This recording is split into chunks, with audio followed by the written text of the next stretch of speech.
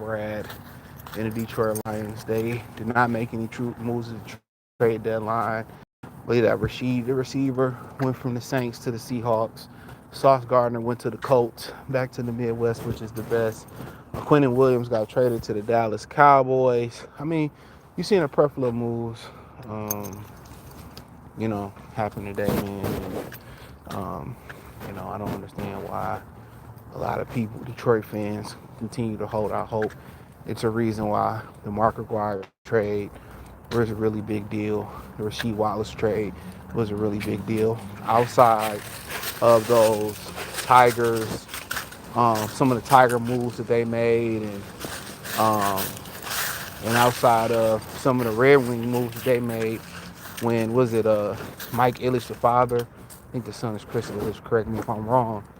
When the dad was spending a whole bunch of money and buying championships, all right, and it's the difference. The Lions will never be aggressive. They traded a lot of those mid-round picks. It took a third-round pick to get Jalen Phillips from the Dolphins, which to me, for the Eagles, was a little bit crazy because, I mean, this is a dude coming off 2 major injuries, and I understand that he doesn't rush the passer full time, right? But I believe last time I looked a couple weeks ago, I think he barely had a sack and a half, if that. So it seemed like they overpaid. But, this is the expectation. A lot of y'all talking about get an offensive lineman. Short of going to get Zypher back, short of bringing Frank Ragnow back. That's the only move they can make. You can't just plug offensive linemen. Calvin Shepard made the comment about plugging middle linebacker. You can't do it. You cannot do that. The offensive line, they're in unison. They step together. They pull together. Everything is in unison. It's not, oh, it's Madden, and I can plug this 90 overall guard in. It's camaraderie. If you're talking about the most camaraderie-based group on the field, it is the offensive line. And that's what it is. It is the O-line. So you can't just plug and play offensive linemen. I'm sorry to tell y'all, for many, many drafts now, they've been drafting them. Going back to the Quintricia with Logan Stenberger in the middle rounds, Miles Frazier this year, Corey Sorsdale, Manu. They've been drafting offensive linemen for a very, very long time. So, one of those guys should be able to step in and be more than adequate at a guard position and or a tackle position. Okay? They should be more than adequate enough. They spent a lot of capital on the offensive line. They spent a tremendous amount of capital on the offensive line. But the only thing that puts a dent in Brad Holmes' drafting history is injuries. It ain't that he missed on guys that cannot play. I mean, Anzarike, when healthy, could be one of the better defensive players in the league. But guess what? We talking about, hold on one second. When healthy, Josh Pascal probably could be one of the leaders, on the Detroit team. Now, he'll never be a 10-sack guy, but his ability to stop the run and cause penetration is vital. When the last time you heard about him? He had an undisclosed injury. We don't know what's going on with him. Okay? F.A. Melifanu, tremendous. I mean, on Monday Night Football, before he got injured, we seen him shut down Devontae Adams on the Green Bay Packers. We seen him play, a very safe, important, nickelback position, safety position. I mean, if you look, he was an all-pro caliber player, but guess what? He couldn't stay healthy. You look at guys like Miles Frazier, who came into the game injured, this league injured. Josh Pascal, who came in the league with a multitude of injuries. Anzarike, who came into the league with a broken back. Sonoy Vaki, very, weaponry type of player. Safety, running back, great special team player, injured. That's what's really been corrupting him. Ennis Rackstraw, injured. So just imagine if, Josh Pascal, Anzarike stayed healthy, and Ennis Rackstraw stayed healthy. The Lions, you don't need to spend money on DJ Reed. You probably don't need to spend money on DJ Reader. So when we start talking about what's held them back, a lack of durability in the draft. And we're not talking about what they got here and some of these guys was broken up because of the regime. These dudes was broken up. They had injury histories, you know. That's what's really killed them. It ain't like the draft ain't been good to them. The draft allows you to, be frugal. It allows you not to spend money in free agency on wild cards. Because when you raise somebody, you know exactly what you got with a lot of these young guys. You know exactly what you have. When you bring in wild cards, a lot of these guys get these paydays and they stop giving effort. A lot of these guys get these paydays and or they just might not fit the scheme. Nnamdi Asomugha, went from the Raiders to the Philadelphia Eagles, and Philadelphia thought we'd spend all this money and put one of the best man cover corners in zone, which was one of the dumbest things you could think of. So going on free agency and snagging this guy, or going out via trade and snagging this guy, it don't necessarily work that way.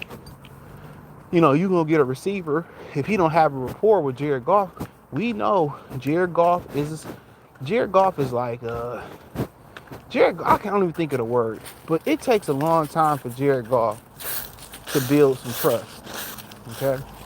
It takes him a tremendous amount of time to build some trust.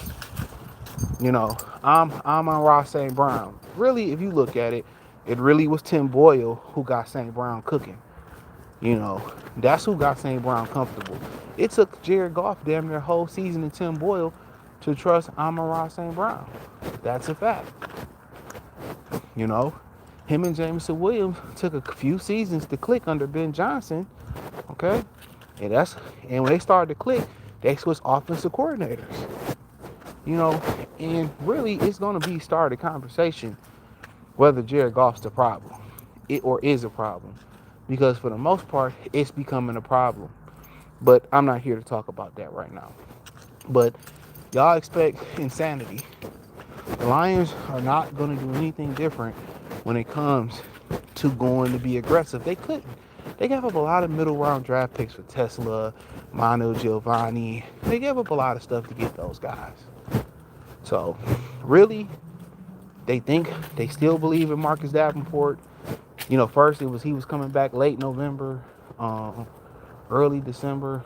Then it turned into, oh, we're still optimistic that he's coming back. That's what concerns you. Even when they got DJ Reed, DJ Reader, his whole thing was, he was coming off a torn quad. I think he tore both his quads. So when they go out and get guys, it's usually on a discount. It's usually on a discount. So, but I mean, who did you want them to go get? Trey Hendrickson, the rumor was they wanted a first round draft pick. And, let me speak on that real quick. You wasn't going to pay him next year, right? I'm going to say this, and I got a video coming about this. That Bengals owner, Mike Brown, his father owned the Cleveland Browns. I don't know if a lot of y'all own. That was his father. That's why they called the Cleveland Browns. But he's one of those guys, those owners, which I feel like a lot of owners are like this. It's a power thing for them. I think the thing about a lot of these owners, they're jealous of the players. That's what it is. They're jealous of the players. They're jealous because, these guys are tall, athletic. Even though they got all the money in the world and they can buy whatever they want, it's pretty much a power play for these guys. Okay? Like, it's like when they go over to Dubai. I never really understood when these girls go to Dubai. It's not like these Arab guys are smacking. They're pissing and doo-dooing on them. And I'm just thinking, like, I mean, what do you get out of defecating and peeing on another woman, right? Somebody told me it's about a power. It's about power for the owners. For Mike Brown, it's about power over players because he's jealous that he can never be Trey Hendrickson. He was jealous he can never be Carson Palmer. So that's something you got to think about. For them to have power over somebody that they want to be or they look up to, that's why when you see these owners, speak about these players and treat these players in the way they treat them. Mike Brown went through it with Carson Palmer. Shamar Stewart this year. You could say, well, Shamar Stewart hasn't produced. He's a rookie. And they just want to break these players, man. And if I had to have the best education move, that's about Trey Hendrickson. If I'm him, I'm prepared to get tagged again next year. And it's way more expensive in tagging him in year two. He's going to get tagged again. If this is his first year getting tagged, Trey Hendrickson is going to get tagged. Now, you may be asking, well, why didn't the Lions sign him, right? Why didn't the Lions sign him and tag him again? It's very expensive to tag him next year. It's going to eat up a lot of the cap. Right now, the Lions are guesstimated to be about $50 million over the cap right now next year. So, Trey Hendrickson wasn't a viable option. Now, one guy that probably was Kayvon Thibodeaux. But I'm going to tell you another thing about going to get a guy like Kayvon Thibodeaux.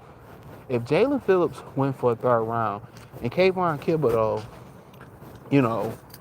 he had the rest of this season and he had another year under contract, well, they probably was going to want a second round pick for him, right?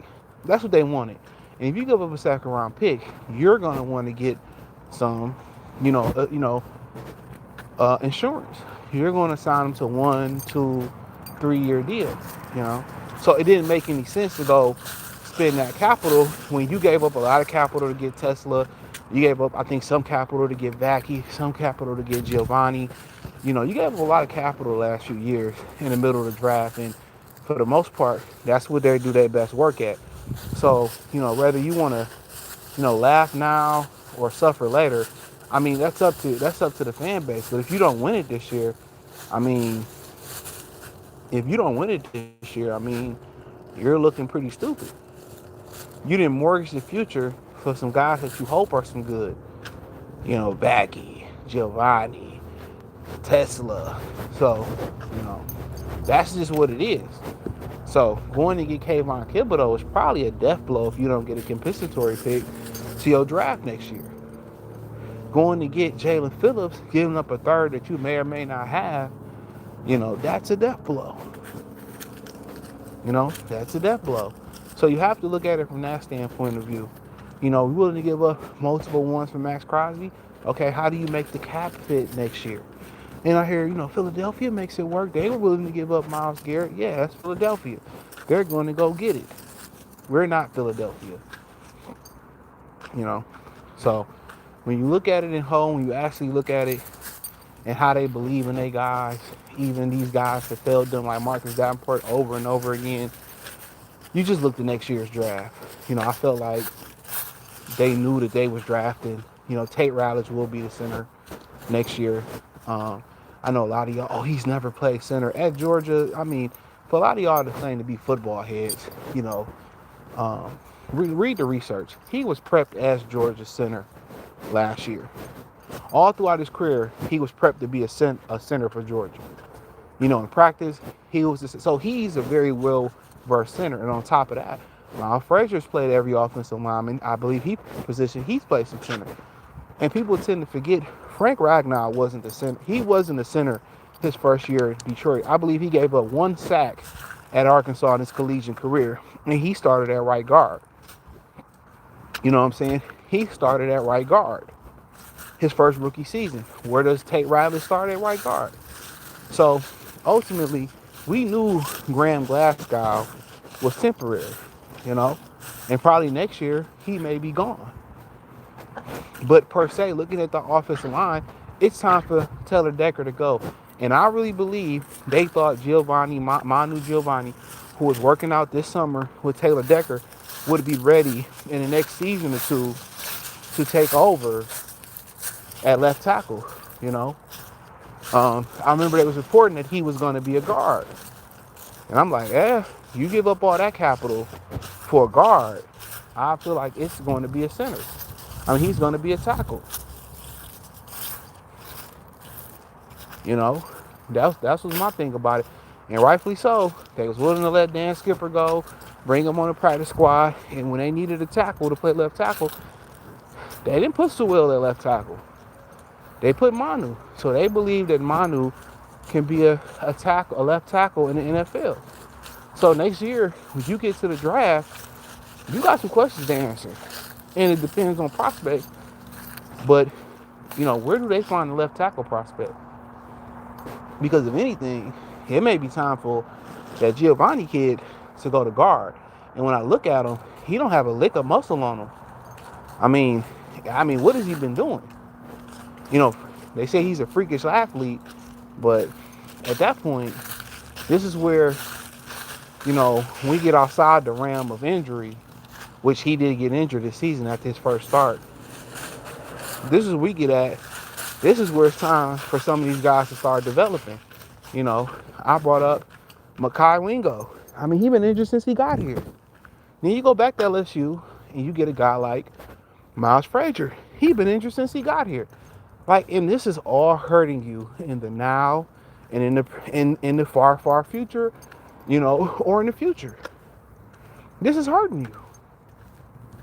Because if you have Rackstraw healthy, if you draft a healthy Pascal or somebody to play that position that was healthy, if you get a healthy Enrique, this defense look totally different. I don't have to spend the money on DJ Reed, right? I can let Carlton Davis walk and keep that money. I don't have to spend the money on Reader on the inside because I got Enrique. You know what I'm saying? I got Aleem McNeil. Maybe I have another weapon to throw in there, and Sonoy Vaki if he's healthy. Somebody else I can throw and run the ball with and do gas. They don't have that. Guess what? This year, I can roll with, Taylor Decker at left tackle. If we develop Manu the right way, he kick the left, we take the right to center. We get rid of Graham Glasgow. We play Miles Frazier at right guard, and that's our new offensive line. But when you miss or these players don't develop, now you're talking about who's going to be the left tackle. Now you're talking about if you take the center, you move Graham Glasgow at the right guard. We took so many guards, so many offensive line prospects, and people still want more and more and more. And what you have to understand is this: if Taylor Decker walk away next year, or they cut bait with him, the $1 million question is this: you got to start over again with the camaraderie. So there are a lot of questions to answer, just in general. But that offensive line is a tremendous amount of questions to answer. It's just a tremendous amount to answer because a lot of the guys that you were counting on to develop and step up probably in the next season or two, Miles Frazier, still ain't seen him. Manu, his first start versus Cincinnati, I get it. A guy who didn't play a lot of football, naturally athletic, he get a start, he get injured. So it's really going down. Injuries is the number one reason this football team, one, it's not a Super Bowl contender, and two, the offensive line the transition has been shaky, and it's going to be shakier. It's because you still got a lot of questions. I have no doubt that Tate Ratledge is going to be really good wherever he plays, and I believe that would be center. I have no problem believing that Christian Mahogany is going to be good wherever that may be. Sewell on the right. But then you start talking about that left tackle and that right guard. Naturally, Manu should be left tackle. Naturally, Miles Frazier probably step into that right guard position, and they should be going. But guess what? The next season or two, that's probably not going to fucking happen. So, all due to injuries. All due to injuries. They are not going to win a Super Bowl is because of injuries. And we ain't even talked about in-game injuries or practice habits or nutrition habits. We haven't even got to that yet.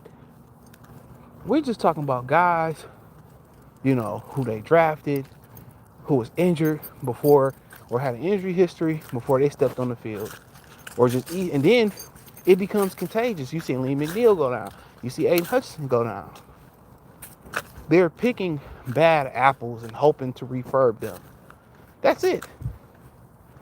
They're trying to refurb a black banana and turn it back yellow or green. And that's why they won't win a Super Bowl. That's why. And then you notice, just look how contagious the injury bug is. You get guys like DJ Reed that come over. I don't remember hearing about him having too many major injuries. Then you get Avonte Maddox come over. He get injured. You get Roxanne come over, he get injured. You know what I'm saying? Um, a lot of guys come to this team uh, and they just get injured. Now, we knew Carlton Davis had an injury history. We knew he was going to miss games at some point. It was going to happen. Amik Roberts came over, broke his fucking arm. This is what happened when you continue to pick these guys, and the injury, this lady got, or this, I don't know who, they got these two pugs, kind of cute. But this is what happens when you have injury prone people in your program, it becomes contagious. So if you hoping the line, the only reason, I'm gonna say this again, and I think I released the video, or I will. The only reason the Lions are Super Bowl contenders is because the NFL is a shit show right now. The NFL is a true shit show. There's not one dominant team. And what that tells me is they're going to cheat for Kansas City once again. Don't get caught up in the Buffalo hype. They're going to cheat for Kansas City again. In the NFC, Stafford might be MVP. I would probably say right now, if I had to pick a team, I'm going to pick the Los Angeles Rams to come out the NFC. But then again, we'll see what happens with Puka, But right now, I like the trajectory of the Rams more than the Eagles. They got A.J. Brown, and he ain't happy there. But, and really in the AFC, I don't like Denver's offense. Kansas City's probably going to be there again.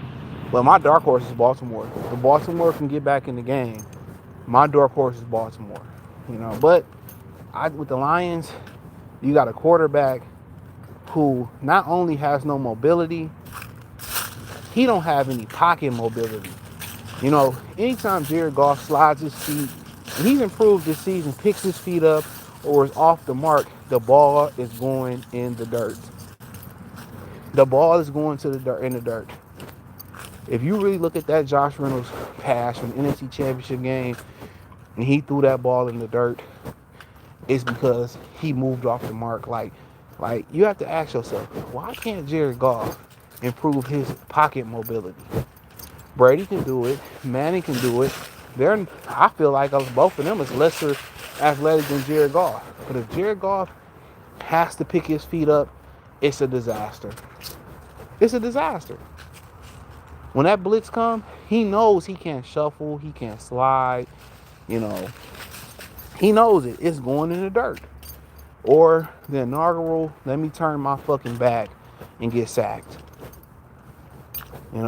So they got a lot of problems, They got a lot of problems. Defensively, I like them a lot. They got a lot of problems. Reed injured, a bunch of Kirby Joseph taking his time getting back, which he should. McNeil coming back, but then you sit there and you talk about, how much longer can Alquay and Muhammad hold up? He was banged up, and outside of Muhammad and Aiden Hutchinson, you don't have much at pass rushing. So, but ultimately, you can't be upset by what you already knew.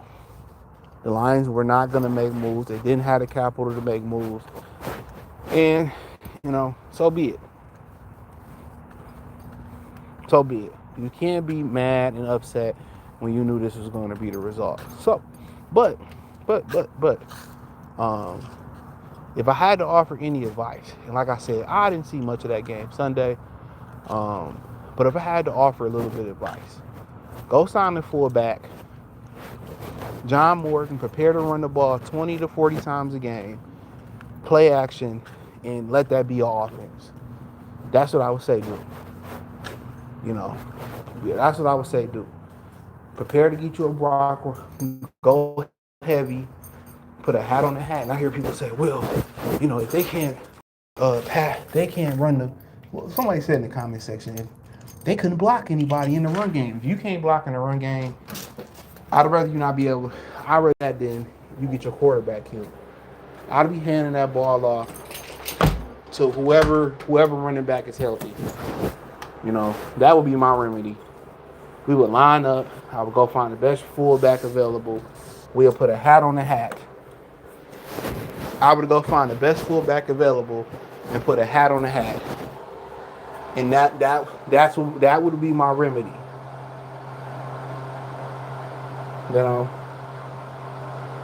that would be my remedy. So, one second.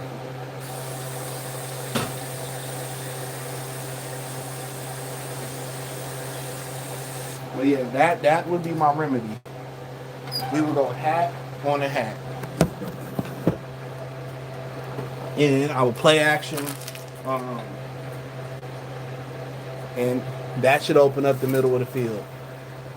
So I know a lot of people probably want something more sexier, but that's the best way to protect your quarterback. That's the best way to open up the middle of the field, down the field. They should go to a ball controlled, heavy run offense. In the offseason, we can figure out the particulars.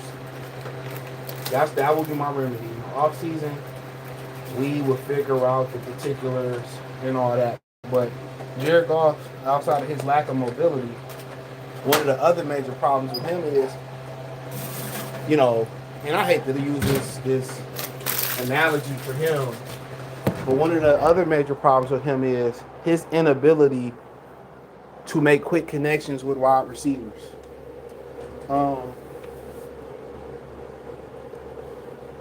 Matthew Stafford, he makes very quick connections with his wide receivers. Him and Devontae Adams, they didn't stutter. They didn't Ruben stutter. They hit the ground running. Him and Puka Nacua didn't stutter. Hit the ground running. Him and Cooper Kupp didn't stutter. Hit the ground running. His history of being able to hit the ground running with receivers, Jared Goff takes a goddamn. Don't you drink that. No. I don't need a sick dog.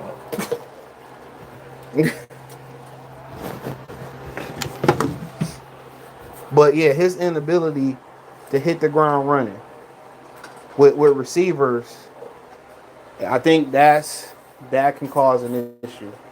So, but I mean, so be it. I mean, Goff just takes a long time to form a rapport, with his receivers. So, but, and you seeing that with Jameson Williams, it's another reset. With John Morton, that's all it is. It's another reset. Goff is just one of those guys.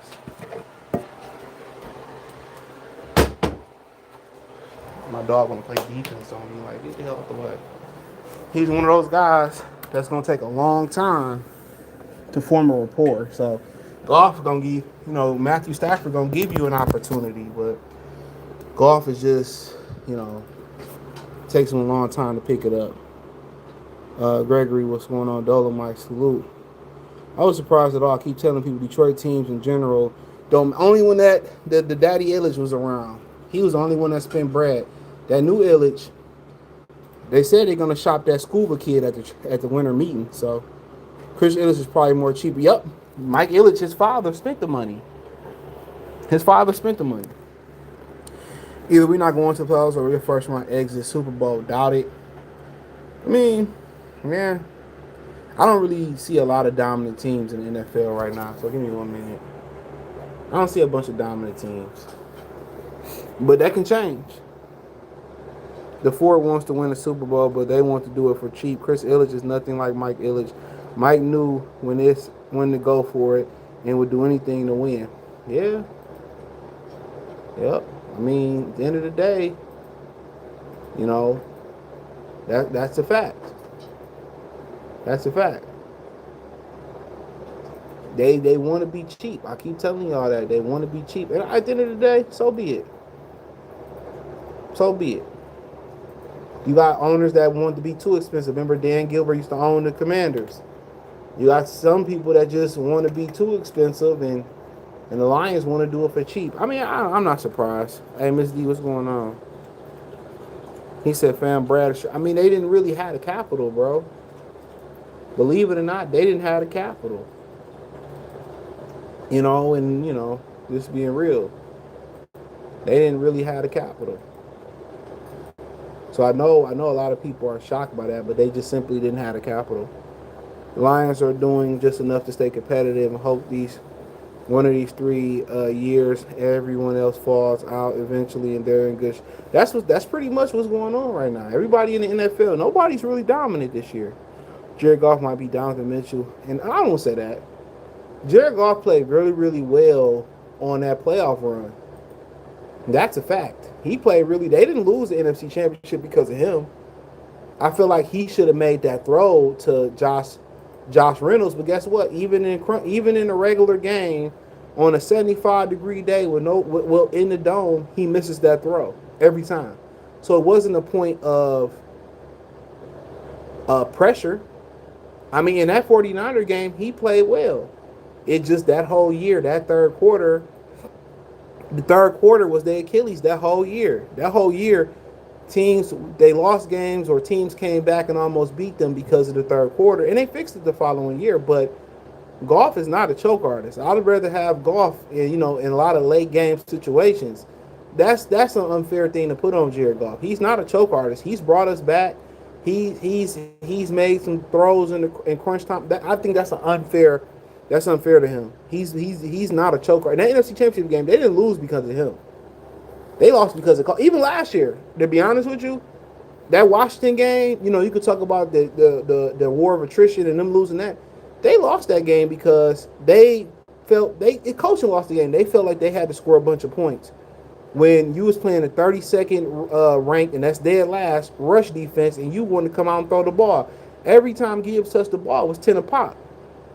And you wanted to throw the ball and do reverses. Coaching really is what was killing them, even in the NFC Championship game. And I know a lot of y'all don't remember this, and I keep talking about this. The play before the fourth down play to Josh Reynolds, right? People talk about kicking the ball. For one, that kicker we had, Michael Bashley, that motherfucker lost us the Thanksgiving game in Buffalo that year. You got to understand, I really watched this shit. When I watched the games, I remember a lot of this stuff. He lost us that game because he missed that fucking field goal. Not to win the game, but that game would have been they would have won the game had he made that field goal. The previous year, excuse me. I think it was the previous year or that year. But he just wasn't a good, I think it was that same year. He just wasn't a good field goal kicker, okay? And neither is Jake Batesman this year, but you know what? That's his video in his own self. But the play before the Josh Reynolds play, y'all forgot they handed the ball off to Amon-Ra St. Brown in shotgun. Y'all forgot that. Like, dude, the coaching is also killing this team too a little bit. Yeah, the Browns owner, the original Browns owner was Mike Brown's father. The original, I think they might be the Baltimore Colts Browns. I don't think it's this new Browns, Cleveland Browns. The new Cleveland Browns, that's the new Cleveland Browns. I believe the Baltimore Colts and the Baltimore Ravens, that's really the Cleveland Browns. So I think the Baltimore Ravens are really the Cleveland Browns. Somebody correct me if I'm wrong. Even with Trey Huxley, we still need another good. No, you don't need another good pass rusher. What are you talking about? You got Lee McNeil. That's 3 good pass rushers. You got Al-Quaid Muhammad. That's 4 good pass rushers. Who else you need after that? That's enough. That's enough right there. You got Lee McNeil, and you would have Trey and Aiden Hutchinson and Al-Quaid Muhammad. That's more than enough.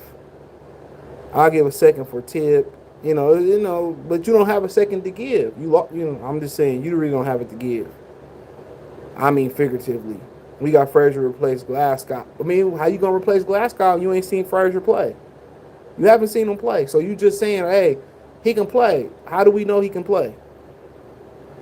You could have had Lane Johnson. It won't matter. Michael Parsons getting the golf, and the problem is we draft damaged goods. So building through the draft a Super Bowl team is hard, and that's exactly right. They have Brandon Foster's right. They have a good eye for talent, but he's exactly right, to be honest. I couldn't sum it up any better than him. Lions are hoping Levi will be that guy. Can't stay healthy. Nope, can't stay healthy. Big reason I don't see the Lions win Super Bowl anytime soon is because everything has to be perfect with golf. But once he goes wrong, my thing is he can't improvise. He can't improvise, and I mean like with the legs, like you know.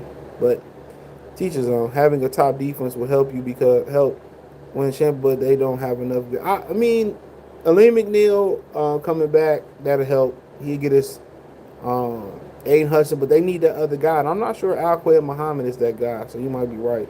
Neville has long since said two teams they don't ever want to see in Super Bowl: Minnesota and Buffalo. Josh Allen will never win the Super Bowl. Golf, Lamar won't win one. I kind of agree with those. I love to see Lamar get one. Even Stafford has learned how to extend play. Well, Stafford is better athletically than Goff.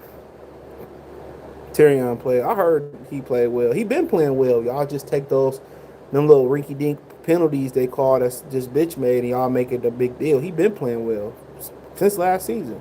Our running backs can catch. They have a mismatch on, but then again, that takes time.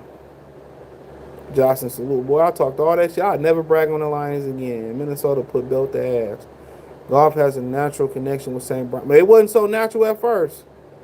It wasn't so. I remember at first. It wasn't until Tim Boyle made Amon Ra lit that Golf came back and trusted him. That's a fact. Go back and watch that Atlanta game.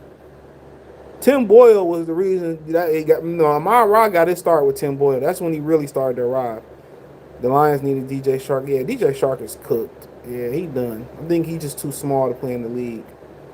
Golf is tight. He's just not mobile, and that's the problem. His mind is not sharp enough not to be that mobile. Campbell made the right decision in the FC Championship. He didn't trust him. Yeah, I don't trust him either, but I don't agree with handing the ball to St. Brown on third down, though. Nobody will ever go back. I'm the only person that bring that up. He wasted that pick on Giovanni Mano. He should be playing right, or he should be playing right now. And he should. He played right now, and guess what happened?